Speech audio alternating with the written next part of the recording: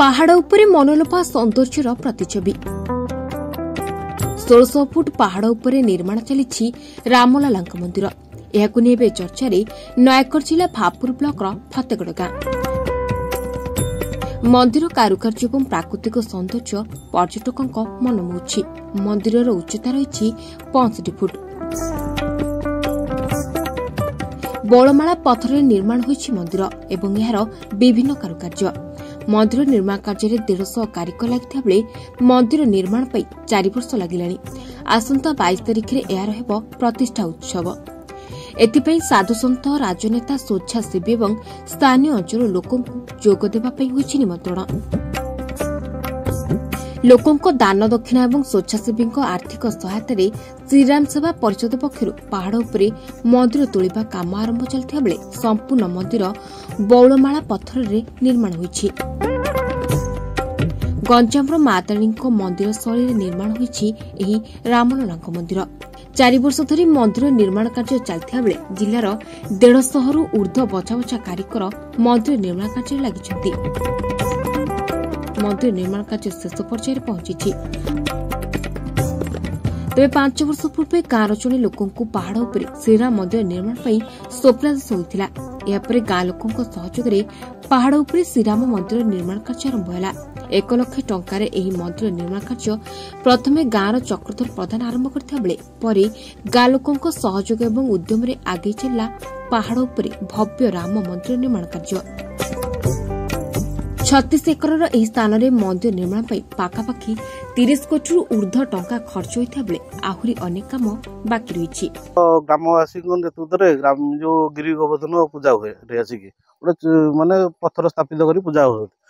बेलू बाबू बापा चक्रधर प्रधान नेतृत्व राम मंदिर निर्माण कर आग्रह कर आस्ते आस्ते गाँव वाला नेतृत्व है। आस्ते आस्ते 4-5 वर्ष है कम चलला भी राम मंदिर कम्प्लीट हो आसूची।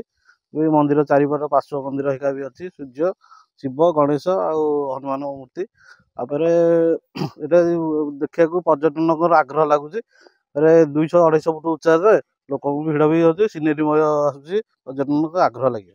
टोटाल आज्ञा बौलमाला पत्थर राम मंदिर होटा आज्ञा आम नयागढ़ डिस्ट्रिक्ट एमती मंदिर कौटे भी है पहाड़ शेष पहाड़ 200-250 फुट उपलब्ध। आ भितर आज्ञा शिव मंदिर अच्छी सूर्य मंदिर अच्छी गणेश मंदिर मूर्ति मंदिर अच्छी हनुमान मंदिर अच्छी पार्श्व देवादेवी 4 पार्श्व आम टोटाल मंदिर पार्श्व जहाँ जो कारुकार्य भी चलती।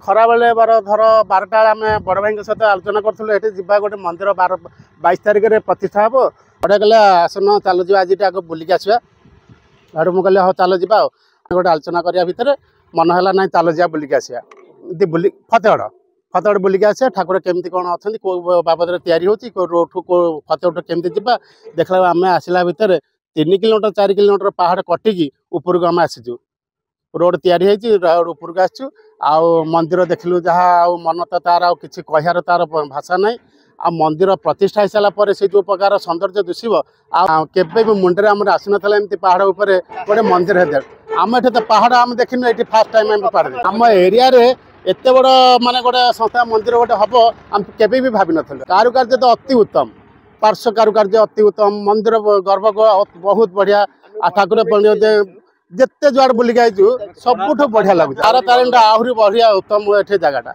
एत माने सीनेरी स्पॉट एत बढ़िया लगुच कह कथा न। अयोध्या रामलला मंदिर प्रतिष्ठा दिन कार्यसूची अनुଯାयी फतेगड़ पहाड़ उपर निर्मित श्रीराम मंदिर प्रतिष्ठा उत्सव पालन हेब।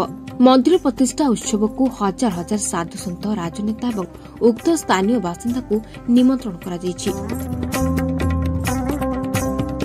निर्माण दिन भव्य श्रीराम मंदिर प्राण प्रतिष्ठा समारोह को आसवाई कंटिलोर प्रभु श्री नीलमाधव ओडगाँर श्री रघुनाथ शरणकुल लड़ुकेश महेश को गुड़ नड़िया पान और विभिन्न प्रजातिर फल दे श्रीराम सेवा परिषद पक्षर निमंत्रण पत्र दी मंदिर पत्थर काटिकी पत्थर भी है बौलमाला पत्थर मंदिर पहाड़ उपर मंदिरटा आ सब मंदिर तले सब हो पहाड़ उपर आ भल लगुच देखा टे तारा तारिणी मंदिर टाइप रही श्रीराम मंदिर जगह ना कि खाली गिरी गोवर्धन पूजा होते मंदिर है खुशी लगुच। प्रभु श्रीराम वैद्येश्वर श्रीराम अच्छा प्रभु सेठी आविर्भाव है ये जो मंदिर है से बद्रीनाथ सिंहनाथ वैद्यनाथ अच्छा जोटा कि पुराण कालू से अच्छा तेणुक भी ये सी ये आसवाई चिंता कले तेणुक से फतेहगढ़ नियरेस्ट 10 किलोमीटर भितर प्रभु श्रीराम आविर्भाव है ना कहारी मनरे भी आसी न था जे प्रभुंर केमिति से गोटे पहाड़ कटा है कि मु पहाड़ उपर स्थापित हेबी आउ से भाया से आसला तेणु ठाकुरंकर ये जो चतुर्पार्श्व मंदिर किंबा ये जो पहाड़ घाटी काटिकी आसवा एगुड़ाक हो पारि न था कहीं मनीष कहीं करेनि केवल भगवान ईश्वर ही आशीर्वाद ना कौन जिनस हो पार ना तार सिने स्पॉटा कुष्ट कर मंदिर गोटे पहाड़ उपर अच्छी जो मंदिर टी जो महाशय करमिति भगवान आशीर्वाद है आम भी से